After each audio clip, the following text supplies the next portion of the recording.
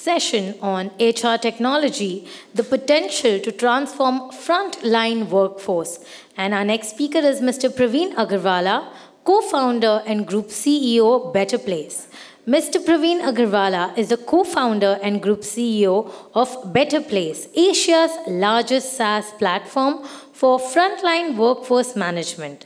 With over 20 years of experience in SaaS and cloud strategy, Pravin is dedicated to revolutionizing the blue-collar industry and improving the lives of frontline workers. I'm audible. Very good morning. Very good morning. It's fantastic to see all of you today. We had a small gathering yesterday and had a small conversation, which was very, for me, it was very inspiring and so much to learn.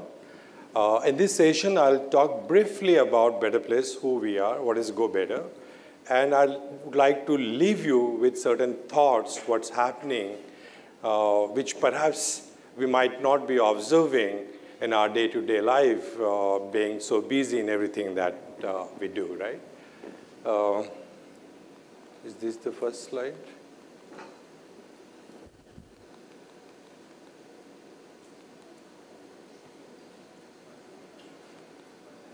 Is this the first slide? No. Go Better quickly. How many of you deal with frontline workforce? Everyone, that's great. How many of you are absolutely satisfied with any kind of technology that you're using in managing your frontline workforce? That basically means you are not using Go Better, because no one raised their hand.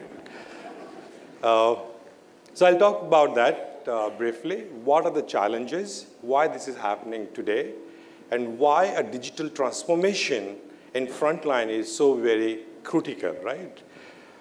If you see from the frontline workforce point of view, just to give you a background on BetterPlace, we are 9 years old company based in India, operate in multiple geographies in India, Indonesia, Malaysia, Singapore, Dubai, and so on.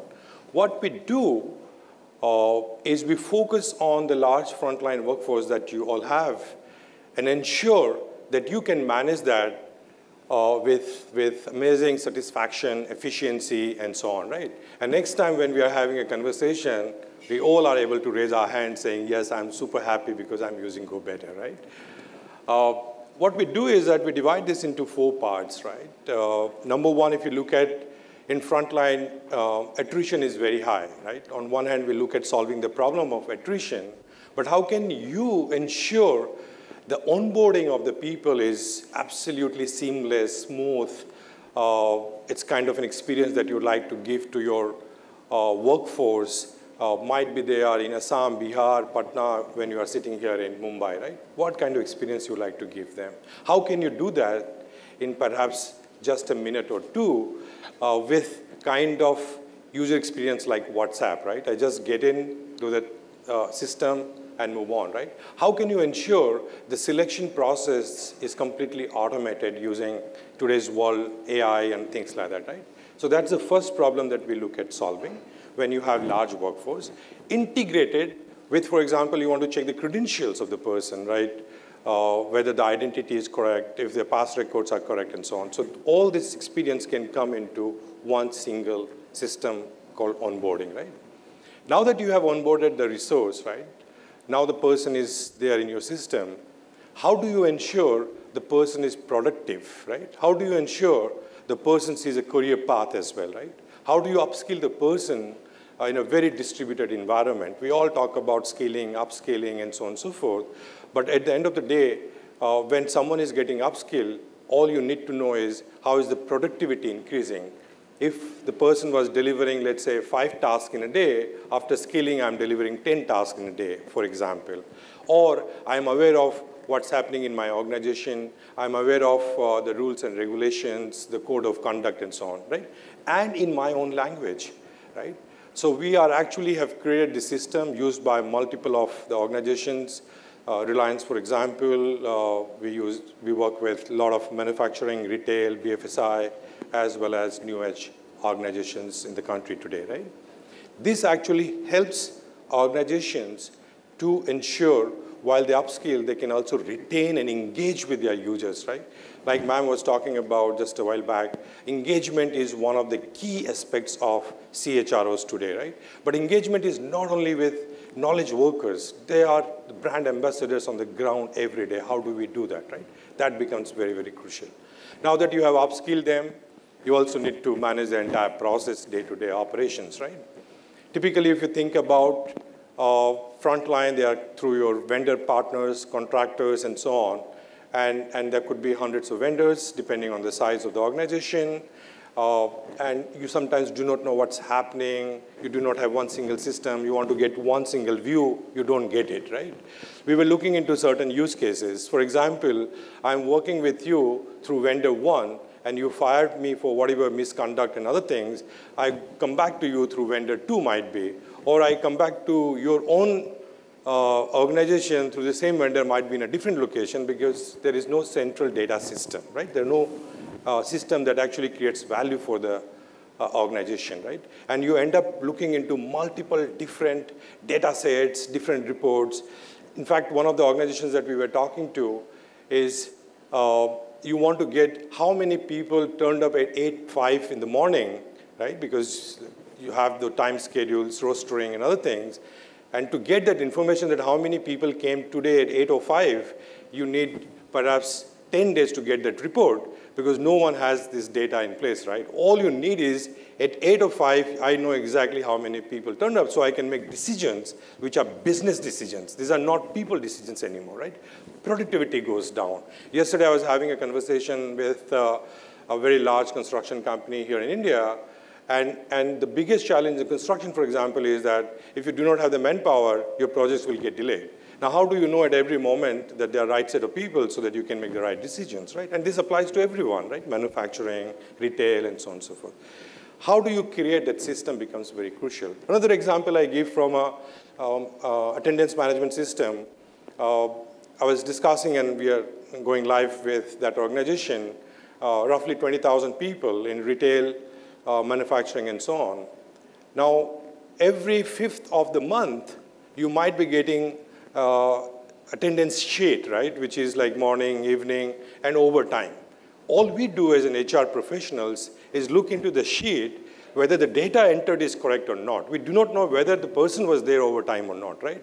What actually happens is that might be I have 10, 20% extra paid to the individual. How do we ensure rostering is done correctly? How do we ensure regularization is done correctly? When we look at the cost of a system, we should look at from a productivity point of view, efficiency point of view. And that's basically what we do with contract labor management system, right? And that encompasses the entire HRMS and so on. There are 3 other things that we learned in this entire process as well when we deal with a large organization like yours. Number one is that all of you need continuous innovation, right? You are not happy when the system becomes rigid in nature and not improving over time, right? If there is a new technology like AI, Gen AI coming, how can I use that for my engagement, efficiency gain? For example, we have now built something called auto content generation using Gen AI, right? You give a prompt and it will generate all the content that you would need, right? Or it will translate in the language that you would need, right? So that becomes very powerful. So innovation, continuous innovation is very, very crucial, right? Second thing that we realize is that every organization, while we try our best that you can use the system as it is, but customization is very crucial, right? The workflows and so on. So how can you do your workflow customization? Again, you can't have the system designed within the boundaries. And finally, integration with other systems that you might have. While you would like to have one integrated system for frontline, which is, in our case, is Go Better. But if you are using, let's say, an SAP system or an Oracle system or a third-party system, how do you integrate? Because that becomes very crucial. It's not only about making a decision which system to take, but it's also living with the system forever while it's adding efficiency to you. It should not become your headache that I bought this system and it's becoming a pain in my life, right? So that becomes the biggest problem. So that's what we are. Our goal is to make every organization happier than what they are today. And next time when we meet, everyone is saying, I'm very happy managing my frontline, right? Some of the organizations that we work with from different industries, Reliance is one of the largest organizations. We have some friends from Reliance here as well. We work with Reliance Retail, O2C, and GeoS. We are going live in different geographies with them. This is the slide which I want to leave with certain thoughts. And this might help you to ponder around why a change in frontline is absolutely necessary, and it's our responsibility to do that, right? Attrition, right? Attrition is at 15% on an average in a frontline workforce, right? 15%, right? So in principle, in a year, the organization might be changing 1.5 times to 2 times every year. So it's a machine that we are running day in, day out.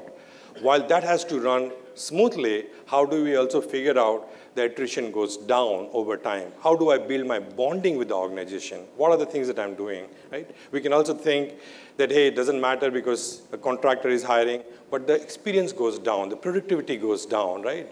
Someone is doing a sales, the new person comes in, also have to understand that and then do it. The customer relationship that they have built is also lost, right? So there are challenges with attrition, right? If you look at number of people who get benefits, while I spoke in the first slide about the benefits for the organization, but think from the perspective of that individual, right? We all have access to a credit card. We can get a loan, we can get insurance, we can get everything that we want, right? We accept this as a default right in principle that we must get it and we will get it, right? But unfortunately, in frontline, it's less than a percentage, right? Why? Because there is not enough data, right? And because there is no data, they go to a bank and the bank starts rejecting it, right? Because there is no data. I can't make a decision, right? The other problem with the bank, and a lot of experts from banks I hear from the CHR fraternity as well, the challenge is also that I have already my white collar cream audience. Why do I go into that? Because distribution cost is also very high, right? Now, if we can bring the workforce management system along with the benefits, it actually can take the leverage of engagement and distribution and the data for decision making and do that, right? We have partnered with companies like Swiggy and Big Baskets and others where we start distributing credit. Our goal is to make largest population possible credit-worthy in the country today using this data, right? So if this 1% can go to 20%, 30%, we'll be super excited, right? 3% or less are formally skilled in frontline, right? We are all skilled workforce, knowledge workers. We go through education. A lot of people actually in frontline, they just learn by chance, right? They come. Formal education happens only in a smaller group. I was just talking to friends from Tata Strive. They have large training centers, and many of you might be having, and training 30,000 people is what I learned in a year. But the population is very large, 150 million people in formal and semi-formal economy and 450 million people altogether, right? How do we create an ecosystem where we can scale? Can we do through physical means? Certainly not. The only way we can do this is digital and digital. And I think the power of generative AI will create a personalized teacher for everyone. It will be like a physical teacher who is interacting with the individual through the mobile device going forward. And this is going to be a game changer. And especially when India is looking at becoming 5 trillion, 10 trillion economy, and China plus one strategy is coming in where more and more manufacturing will happen here, I think this will play a huge role towards that journey, right? So skilling becomes very, very crucial. We all have to spend time on skilling of the individuals, right? And typically, one of the feedbacks that I get when I interact with organizations that the person will be here for 3 months, 6 months, why should I spend on skilling? But the fact of the matter is that if you don't skill, the entire industry is actually unskilled. So if someone else is coming to you and person is going from you to there, is also unskilled. So the entire industry ecosystem actually is getting impacted because of not upskilling the workforce, right? And it's not in the interest of anyone for that matter. And perhaps if you skill them and if you show a career path, attrition will also go down, right? And it's a very simple human aspiration that if I learn, I earn, and I stay back in the organization, right? Another very important thing that we look at is the women participation. It was at around 1% 7 years back, 3% a couple of years back, now 6%. I'm talking about the front line, right? This is gradually increasing. And this is also driven by the fact that there is more ESG, environment, social governance, so social and governance plays a huge role. Organizations have started doing that. But do you know what is the main reason every organization is doing it? It's not ESG. It is productivity. It is lower attrition. When there is more women participation, look at retail, look at warehouses. When the women participation increases, the productivity goes up of the organization. And with all due respect to all the men here, women are more productive in such roles, right? And we have to actually congratulate all of them for that. Now, the important thing is that organizations have realized this fact really fast now, that if this happens, but how do you do it? That's a challenge. Because if you look at a lot of industries, the man starts migrating from the manpower supplying states, as we call it, like Assam, Bihar, UP, Odisha, and so on, but the women do not migrate. So there are certain pockets that you have to create, right? Specific roles. Might be it's retail, might be it's insurance agents, might be it manufacturing in the local area, or things like that. But where can we help them? The other important thing is, how can we make it flexible, right? Because I can work, might be from 8 o'clock till 9 o'clock in the night, because I assume my wife will take care of all the things back home. But when the woman is coming, who is taking care of? So can we give the flexibility? It might be 4 hours at my chosen time and things like that. But then organizations also have to be ensured that their productivity is not going down. People are coming and going. So how does that work with the flexibility, right? That becomes very, very crucial in my point of view. And the thing that surprised us the most, and this was quite evident here as well, is while we have large workforces, right, frontline workforce, many people, we are still used to Excel and manual processes and so on. Right? This is a world of digitization. There's a transformation happening really fast, right? And we have to move in that direction. It's not about herd mentality that the person is using, so I should use it. In my view, this is a business decision, that if you use it, you become better than what you are. You can scale faster. You can spend in the right areas of growth and so on, right? And wherever we have seen this adoption happening, the movement is happening really fast in every direction. And most importantly, the life of the HR community becomes much better, right? At the end of the day, you don't want to sit there and every day struggle with what is the information, what is the payroll, what is the attendance data, and things like that. You want someone else in this digital world to take care of that, and that's basically your software partner, right? And then we all can make our time also into the right activities, right? I mean, spending few days checking attendance sheet is not the productive work that anyone would like to do for that matter, right? So we focus on 4 important E's. Efficiency, using systems. How does it make you more efficient? I always tell my team, when you're positioning a software, it's like buying an apple, right? When you buy an apple, you're not buying a food, you're buying health, right? So when you're buying a software, you're buying efficiency. You're not buying a software because everyone is buying software, right? It has to solve a fundamental problem that I have, right? So efficiency is absolutely critical. Expense, because at the end of the day, if I'm spending, let's say, $100 for something, and I buy the software, and it goes to $300, no one would love it, right? It has to basically result in bottom line in some way or the other, right? Which could be if employee satisfaction goes up, my sales goes up, or something else, right? My cost goes down. So efficiency is very, very crucial, right? Efficiency is also that if I'm not able to hire my people on time, then my production goes down, so my sales goes down. So that is also an efficiency, actually. So efficiency is very, very crucial. Engagement, that's another important parameter. We all, like we discussed, we all have different parameters of engaging with our knowledge workers, corporate colleagues. But how do we do that with our frontline as well, right? They are not, unfortunately, many times we end up treating them as warm bodies, right? How do we increase our engagement with them as well? And finally, empowerment, right?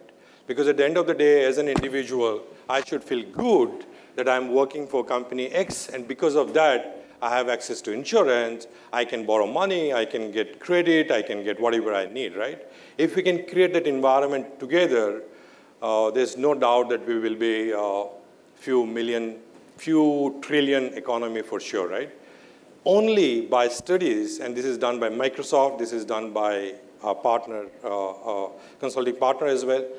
If we do only focus on upskilling of frontline, economy will grow by $700 billion in GDP. $700 billion, which is closer to a trillion, right? Why that will grow? Because the production will grow, the manufacturing could grow, the retail could grow, the sales could grow, the insurance could grow, the multiple things could grow, right? Only by doing that. And that is the empowerment that we all should take responsibility. And I'm sure that each one of you is taking that responsibility on your shoulder, saying it is our collective responsibility to change this environment going forward. That's basically what I wanted to share. It's again a pleasure to be here with all of you, and I'm looking to catch up and meet in person with all of you. Thank you so much, and have a lovely day.